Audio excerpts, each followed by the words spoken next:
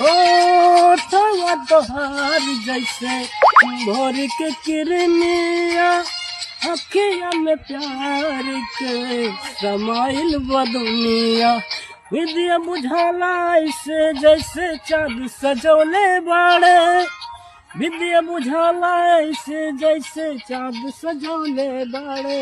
भगवान बड़ी फुर्सत से तोहरा के बनौले बाड़े। भगवान बड़ी फुर्सत से तोहरा के बनौले बाड़े।